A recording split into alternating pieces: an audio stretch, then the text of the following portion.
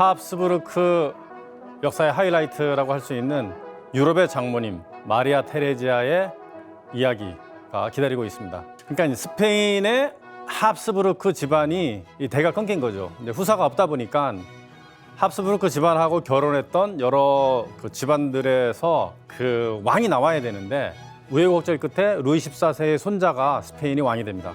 카롤 6세 마지막 합스부르크라고 하는데 표트르 3세 같은 경우에는 그 독일을 워낙 좋아하다 보니까 이제 부인도 독일에서 불러옵니다. 그 유명한 예카테리나 2세. 자, 이제 미국 얘기를 살짝 해보면은 미국은 이미 그 영국 사람들이 가가지고 그 아펠레치아 산맥 동쪽 그쪽에 살기 제일 좋거든요, 미국이. 이게 보스턴 차 사건인데 이걸로 인해 가지고 이제 그 미국 사람들이 이제 모이죠. 이제 대륙 회의라는 그런 것들 모이고 해서 자, 이 마리아 테레지아의 시대에 만들어진 그 유명한 궁전이 바로 쉔브론 궁전입니다. 아름다운 샘이라는 뜻인데 자, 이 마리아 테레지아의 시대에 만들어진 그 유명한 궁전이 바로 쉔브론 궁전입니다. 아름다운 샘이라는 뜻인데 그 예전에 이곳은 이제 사냥터였어요. 사냥터, 굉장히 넓은 숲이었거든요. 사냥터였다가 나중에 궁전을 만들게 되는데 루이 14세의 동서이면서 이제 이 라이벌 관계, 서로 적이죠, 적. 예.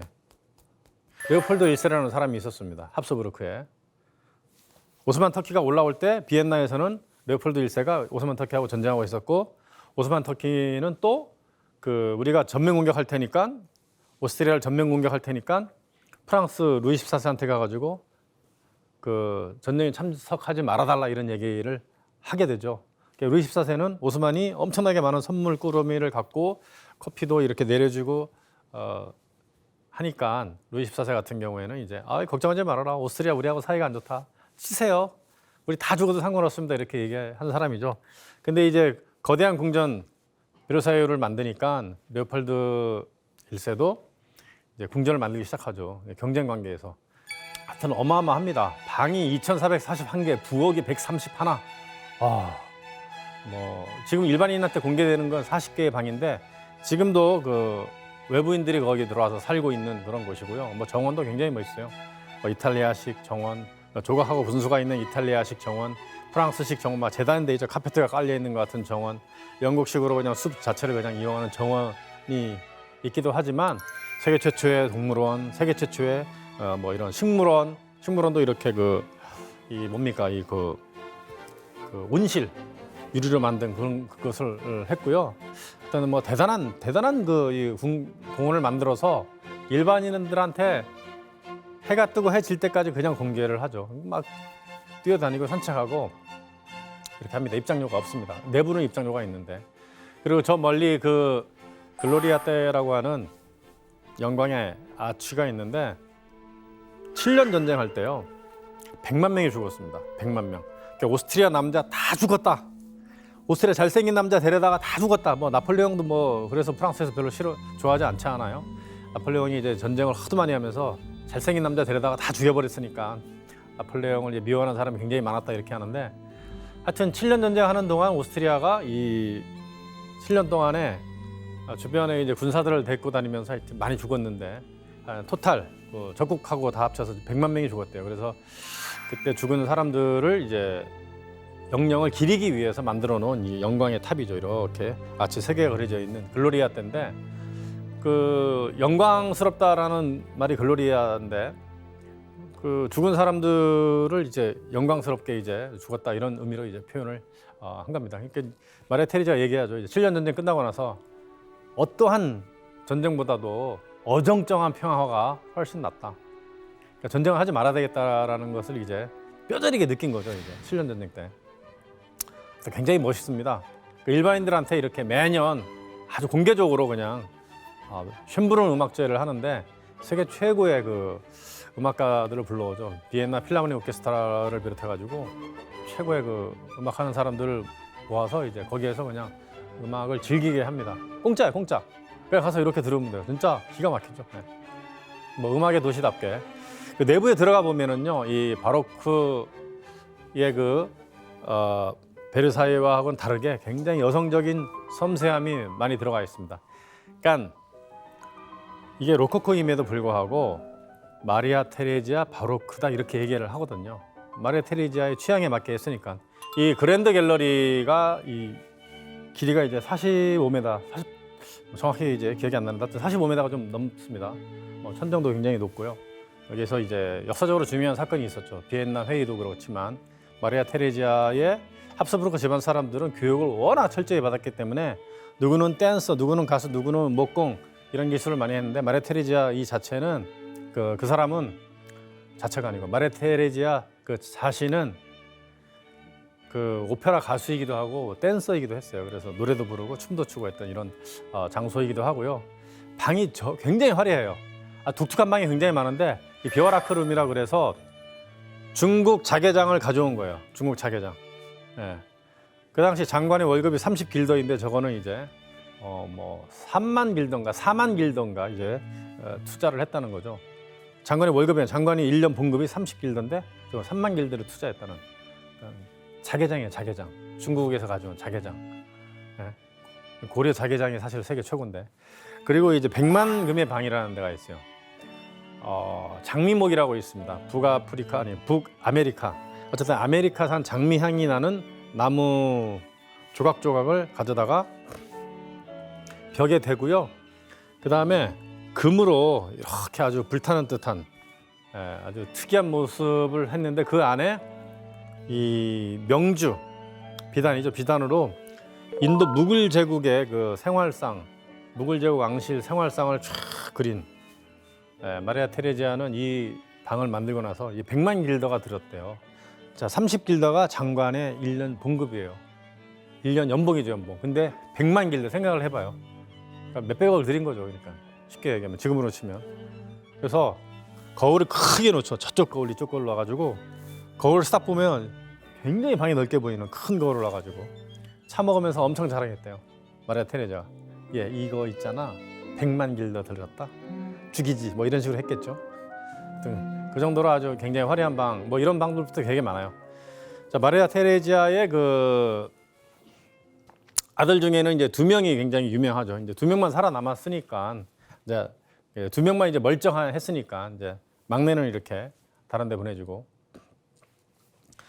그 요세프 2세 뭐 계몽주의 시대 영화 중에 그 아마데우스라는 영화가 있어요. 모차르트를 주제로 한 영화가 있는데 그 영화에 보면은 저 사람하고 똑같이 생긴 사람이 나와요.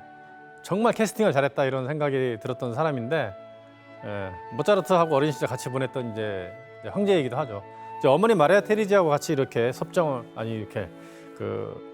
아니고 어머니 마리아 테레지아하고 같이 이 공동 황제로서 제국을 이렇게 이끌어 나갔던 사람이기도 하고 오른쪽입니다. 왼쪽은 이제 그 동생이고 나중에 물론 황제가 되기도 하는데 황제 몇 년 못하고 이제 금방 이제 죽어버리죠.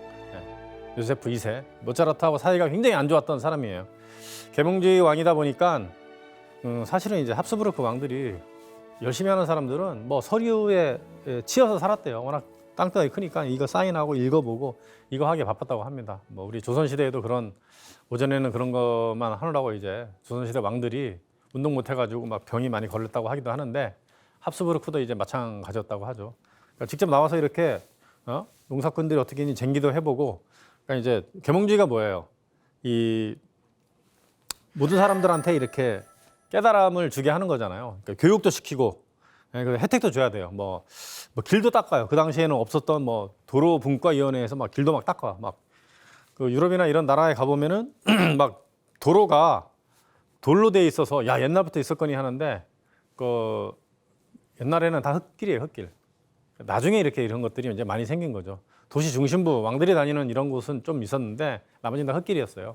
그래서 나중에 이제 계몽주의 시대에 되면서 그런 이제 도로를 만드는 이런 기관들이 많이 생기고 양로원이라든가 고아원이라든가 학교 많이 생기고 이제 여자도 교육시키고 뭐 노예도 해방시키고 하는 게 이제 다 계몽주의 시대에 나오는 거예요. 그 미국도 같은 시기에 맞물려 가지고 노예 해방시키는 이런 일들이 이제 그때 나오는 거죠. 그래서 이제 그런 일들을 되게 많이 하는데 뭐 프리드리히 2세도 마찬가지 계몽주의 시대의 그런 사람이죠. 근데 이 얼마나 이제 마리아 테레지아가 이 황제인데 황제인 아들이 부르봉 왕실 여자하고 이제 결혼할 때 정말 엄청나게 했냐면요. 이게 실제 장면이에요.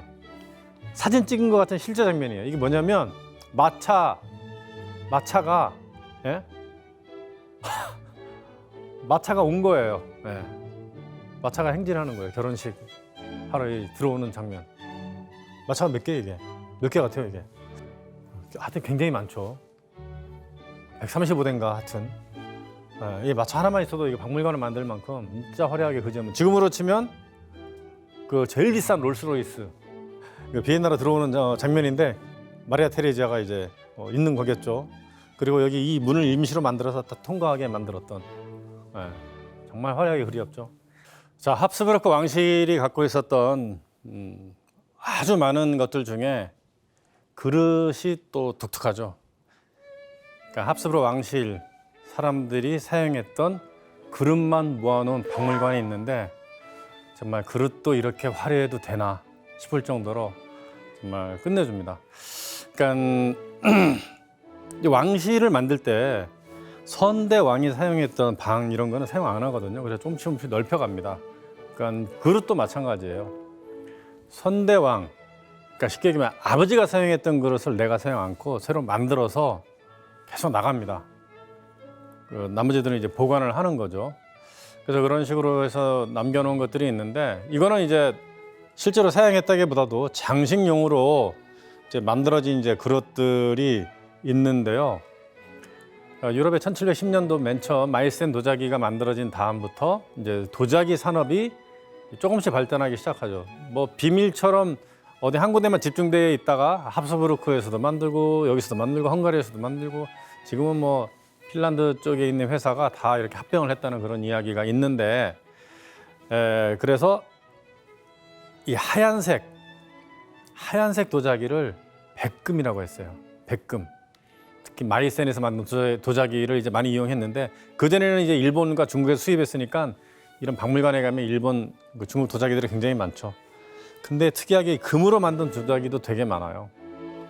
금으로 이제 도금한 것도 있겠지만 도금 기술이 없었을 때는 그냥 금 자체로 그냥 식기를 만들어서 사용들을 했는데 그냥 금입니다. 예. 그냥 금이에요. 예. 한 몇 번 사용하지 않았을 것 같아요. 금이 이제 달아 없어질까 봐 안 했을 것 같은데 이거는 이제 만찬을 할 때 이 집안 식구들이 어떤 특별한 그 행사 때 만찬을 할 때 음식을 올려놓는 이 쟁반 같은 것인데 뭐 보면은 이제 상징적인 동물이 굉장히 많죠. 촛불의 개수도 막 정해져 있고 그 밑에 무슨 뭐 용 같이 생긴 뭐 이런 동물들 뭐 이런 것들을 이제 갖다 놓습니다. 그리고 이 마이센 도자기 집에 한 2세트 정도 있으면은 밥맛이 좀 좋을 것 같다라고 생각되는 이런 도자기들 뭐 이런 것들이 있죠. 뭐 값으로 칠 수 없는 이런 것들이 되게 많아요.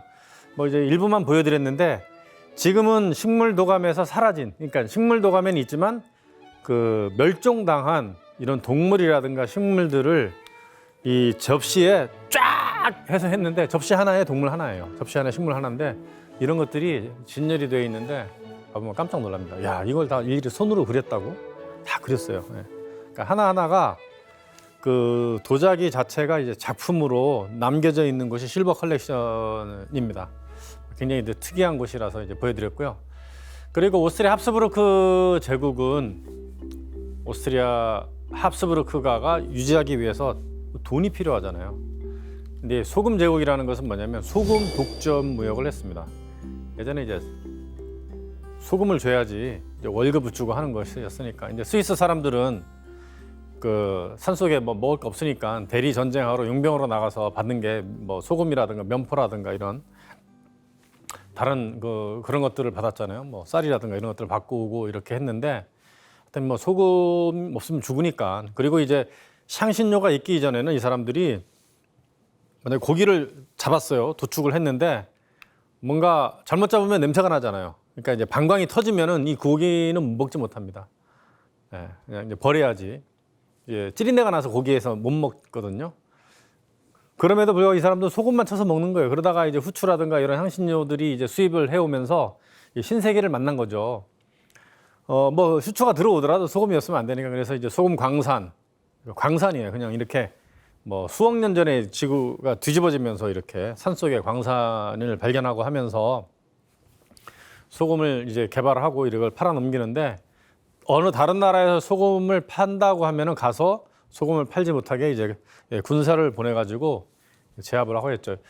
가장 그 대표적인 곳이 이제 그 짤츠부르크라는 도시가 있습니다. 짤츠는 소금이고요, 솔트고요. 이제 부르크는 성이란 뜻이죠. 소금의 성, 소금의 도시인데 그 모차르트도 나오고 하여튼 유럽에서 가장 아름다운 도시 중에 하나이고 북쪽의 로마라고 할 만큼 골목골목 모퉁이 돌아서면 성당이고 뭐 옛날 중세 거리고 한 이런 곳이죠. 그 밑에 흐르는 강도 염분이 흐르는 강이다 그래서 짤짜허강 이렇게 이야기하는 이런 강이 있는 곳인데 그 여기에서 조금만 벗어나면 그 알프스의 그 굉장히 아름다운 오스트리아 알프스의 하이라이트 중에 하나라고 할 수 있는 짤츠 캄머구트라는 곳이 나와요. 짤츠는 역시 소금입니다. 캄머구트, 캄머는 어떤 창고라는 뜻이고요. 어떤 방이라는 뜻이죠. 소금 창고 라는 그런 의미가 포함되어 있는 곳인데 여기 제가 그냥 임의적으로 표시를 해놨어요. 이제 오른쪽으로는 짤츠부르크, 왼쪽으로는 비엔나 가는 길인데 여기 이제 바트 이슐이라고 해서요. 그 소금을 이용한 이제 온천을 개발한 곳인데 굉장히 유명한 거죠. 세계적으로 유명한 곳이고 저희가 이제 나중에 오스트리아 황제의 별장이 있었고 저기에서 1차 세계대전을 일으키는 어떤 사인을 했던 곳이고 뒤쪽에 설명을 해드릴 거고요. 그다음에 여기 할슈타트라는 곳이 있어요. 그 유명한 할슈타트. 할은 그 켈트어로 소금이라는 뜻이고요. 슈타트는 도시입니다. 슈타트, 스테이트 할 때 이게 도시인데 그 유명한 할슈타트 위쪽에 가면 그냥 일단은 경치가 너무 좋죠. 사람들이 여기 와서 패러글라이딩을 타고 다니기도 하는데 한번 보겠습니다. 제가 한번 올라갔다가 그 여름에 너무 더워서 이 동네에 제가 갔어요. 일부러. 산 위에 올라가면 시원하니까. 근데 패러글라이딩을 날리고 있더라고요. 할슈타트 호수예요. 요 산이 소금 광산, 소금이 묻혀 있는 곳이에요. 3km 정도 수직으로. 그래서 이 할슈타트라는 곳은 유럽의 문명의 사다리라는 곳이에요. 소금이 맨 처음 나왔기 때문에 켈트인들이 발생지가 여기라고 하는데 유럽인들이 여기라고 합니다. 여기서 나와서 전 세계에 퍼졌다고 그러는데 우리의 시각으로 딱 봤을 때는 그 켈트인들이 사용했던 그 도구라든가 칼이라든가 아니면 이 문양이라든가 상징성을 보면 아시아에서 왔어요. 그 사람들이 들어와서 소금 광산을 개발하고 그거를 뭐 저 북쪽의 흑해에서부터 지중해까지 이렇게 팔아넘기면서 이쪽에서 아시아의 문명을 가져와서 켈트 문명을 만들기 시작했다라고 여겨지는 곳이 바로 여기입니다. 여기가 가장 중요한 핵심이죠. 자, 걸어다니면서 또 찍은 거예요. 이제 여름에 제가 비엔나에 그때 한 35도 막 이럴 때 너무 더워서 그냥 여기 갔어요. 그냥 이제 제가 여기 살 때 너무 시원하더라고요. 다크슈타인이라고 3,700m 가까이 때 할슈타트 이제 소금 광산이 여러 군데 있습니다. 걸어 올라가는 게 케이블카로 걸어 올라가면 하루 종일 걸리니까 케이블카가 너무 발달이 되어 있어요. 할슈타트는 원래 이렇게 생겼어요. 이게 한국 사람들이 여기 가면 안 나오려고 그래요. 젊은 사람들이 여기 막 찾아가요. 여기 아주 독특하고 굉장히 특이한 곳인데 이 골목 이런 곳들이 3,000년 막 이렇게 됐어요. 3,000년 된 이렇게 조그만한 돌을 쌓아놓은 이런 골목을 걷다 보면 이렇게 굉장히 좀 우리 동네 뒷골목 걷는 것 같은 느낌? 옆에 호수도 이제 소금 면문기가 굉장히 많이 있죠. 그 옛날 사람들은요, 켈트인 정도 되는 시기에는 이렇게 물 맛을 보면 소금이 있다는 걸 알았대요. 그래서 그걸 쫓아가가지고 소금이 어디서 녹아서 흘러내리는지 알면은 거기에서 파서 개발을 했대요. 그러니까 이제 사람들이 이 소금이 나니까 여기서 이제 이게 산 거죠. 굉장히 오래된 역사를 가지고 있습니다. 이게 이 물가에 이제 카페나 식당 만들어서 쉴 수 있게 조그마한 박물관이 있는데 켈트에 대한 역사들이 쫙 이제 전시가 되어 있는 그런 것이죠. 이제 그 당시 청동기 문화였기 때문에 이 오스트리아 청동기 문화가 5,000년이 됐다고 얘기하거든요. 거기 딱 나와 있어요. 5,000년 전에 이 구리를 사용해서 이제 하기 시작했다. 예. 뭐 청동은 좀 다르니까 청동이라는 건 주석을 섞어야 되니까 하여튼 소금을 개발해서 그 소금으로 인해서 이제 불을 유지를 했던 곳인데 워낙 씀씀이가 많으니까 그거 갖고는 이제 모자랐겠죠. 예. 하여튼 그 시대에 음악을 워낙 좋아하니까 이제 음악이라는 것이 이제 의식을 위해서 만든 거거든요. 옛날에 뭐 신을 모시는 그 행위 중에서 신을 모시기 위해서 어떤 제단이라든가 신전을 만드는 것이 이제 건축 문화가 됐고요. 그 신전 안에 조각상이라든가 그림을 그리는 것이 회화, 조각 이게 됐고요. 그다음 충문을 읽고 하는 게 시 문학이 됐어요. 근데 거기서 무조건 빠지면 안 되는 게 제사라든가 하여튼 무조건 제사 문화, 어떤 제사가 됐든 하늘의 제사를 지내든 조상님에게 제사를 지내든 절대 빠지면 안 되는 게 음악이죠.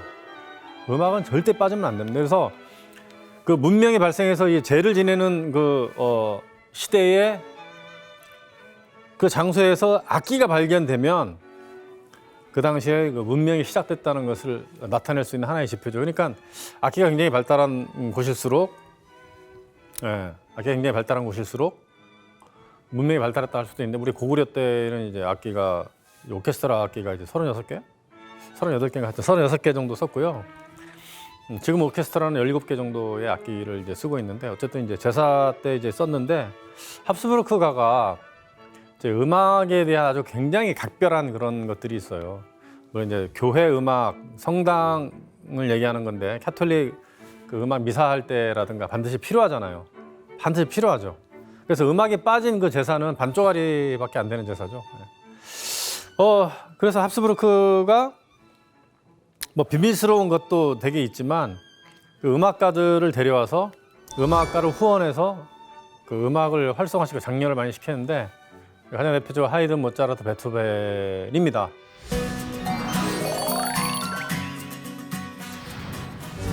모차르트는 35세 죽었고 베토벤은 이제 56살, 57살 하여튼 그때쯤에서 죽었어요. 옛날 사람 이렇게 얘기하죠. 좋아하려니 괴팍하지 사랑하려니 돈이 없어 무시하려니 위대하다. 사운드 오브 뮤직의 실제 장소이죠. 실제 장소이고 또 여기서 다 촬영했고 프란츠 2세가 황제였을 때 나폴레옹이 등장합니다. 자, 나폴레옹이 황제로 등극하고 나서 그 굉장히 중요한 전쟁을 합니다. 오스트리아 황제하고 러시아 황제 짜르하고요. 그다음에 나폴레옹하고 붙어요. 그래서 삼황제 전투라고 하는데 여기가 리오예요. 리오대전 1월의 강이라는 뜻인데 여기 팀이 있네 해서 쑥 들어가 봤더니 야, 강 굉장히 크다. 자, 비엔나에서 가장 그 유명한 그 사건이면서 이제 세계의 결혼식이면서 이제 가장 유럽에서 오랫동안 황제를 했다고 할 수 있는 비엔나든 오스트리아든 아니면 오스트리아 인근 다니다 보면은 이 두 사람의 이야기는 뭐 전설처럼 떠도는 것들이 굉장히 많아요.